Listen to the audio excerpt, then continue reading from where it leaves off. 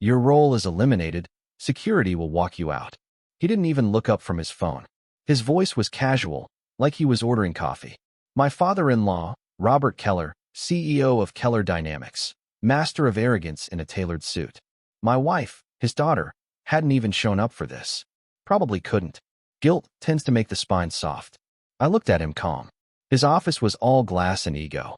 Behind him, the skyline glowed orange from the setting sun, the kind of beauty that makes people feel powerful. He liked that view. Thought it made him invincible. I signed the termination document without hesitation. The pen didn't even tremble. Let's do this properly, I said, sliding it back to him. He smiled faintly, thinking he'd just erased me. He had no idea the ink on that paper meant nothing. Not when I owned 83% of Keller Dynamics through Shell Holdings he helped me structure years ago. That was the beauty of arrogance. It blinds you. The security guards entered, polite but firm. I gathered my things, left the office in silence, and as the elevator doors closed, I caught one last glimpse of Robert, still staring at his phone, thumb scrolling, world intact. He didn't know the next board meeting would end at all. When I first met Robert, he was charming in the way predators often are. I was young, ambitious, hungry to prove myself. He saw that and offered me a place in his empire, a seat near power, close enough to taste it, never close enough to touch. And then I met Lena, his daughter. She was his opposite, soft-spoken, curious, drawn to quiet things. We fell fast, maybe too fast. Robert pretended to approve, though I could feel the calculation behind his smiles. A marriage was good business. It kept me loyal. For years, I gave everything. Late nights, weekends, innovations that drove profits through the roof. I was the architect behind his company's transformation. He was the face, the dealmaker, the legend. He'd pat my shoulder and say, "You've got promise, son." I believed him. I even admired him. Foolish, how admiration can be the first symptom of surrender. But over time, something changed. He began sidelining me from decisions. Projects I initiated were credited to others. Lena grew distant. Long nights, unexplained trips, silences that said more than words. I thought stress, fatigue, maybe boredom. I didn't see the knife until it was halfway in. It started with an expense report. Lena's signature on a hotel invoice in Milan. A trip she claimed was for her foundation. I didn't question it at first. Trust was supposed to mean not checking. Then came the whispers in the office. Quiet mentions of favoritism, family perks, the golden couple.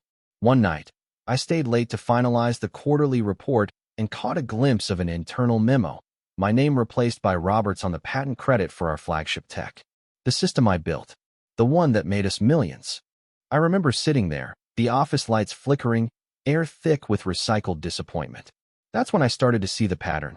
Every deal, every contract, shifted subtly, funneling power toward Robert and Lena's joint trust. My work feeding their empire. The final confirmation came 3 months later. A dinner at the Keller estate. Robert toasted to family and legacy. Eyes locking with Lena's longer than they should have. Later that night, I overheard him in his study, his voice low but clear. Once he's out, the board will consolidate under us. He'll have no leverage. That was the night I stopped being their pawn. I didn't confront him, didn't scream. I simply smiled, excused myself, and walked into the cold air outside. The stars were distant, but they steadied me. That's when I started planning. I've always believed revenge isn't rage, it's math. I spent weeks in silence, studying everything Robert had built. The holding structures, the shell companies, the voting rights buried in fine print. I'd helped him design it all, back when I was still his protege. He didn't realize I'd written certain clauses into the bylaws, contingencies that gave majority ownership to a silent partner if primary leadership fails to maintain fiduciary integrity.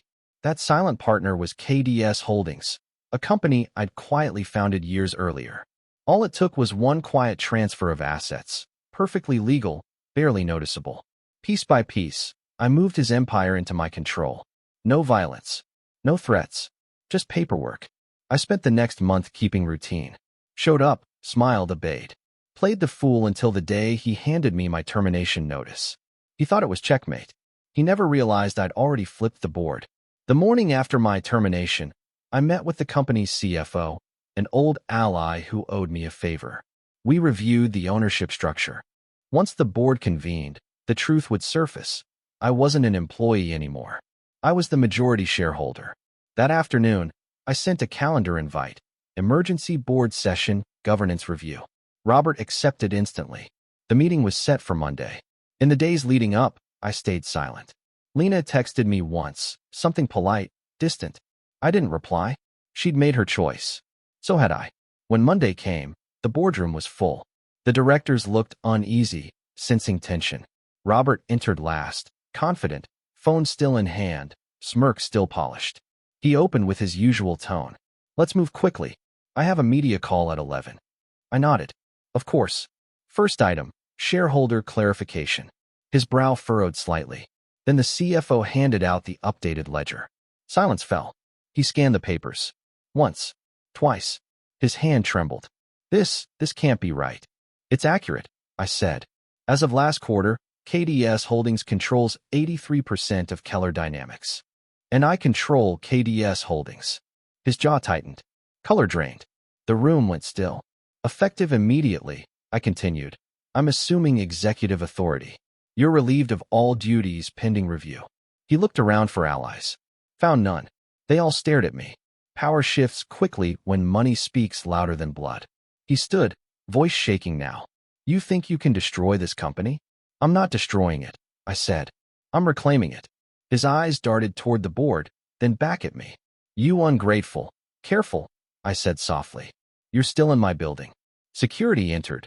Same guards he'd once summoned for me. I gave them a nod. Robert Keller, titan of industry, was escorted out in stunned silence. I watched him go, phone still in hand, thumb hovering like he could scroll his way out of consequence. When the doors closed, I finally exhaled. Later that night, I sat in his office, my office now. The city lights looked different. Quieter. Honest. Lena called once. I didn't answer. Some betrayals don't deserve closure. I opened the window, let the cold air in. People think revenge is about victory. It's not.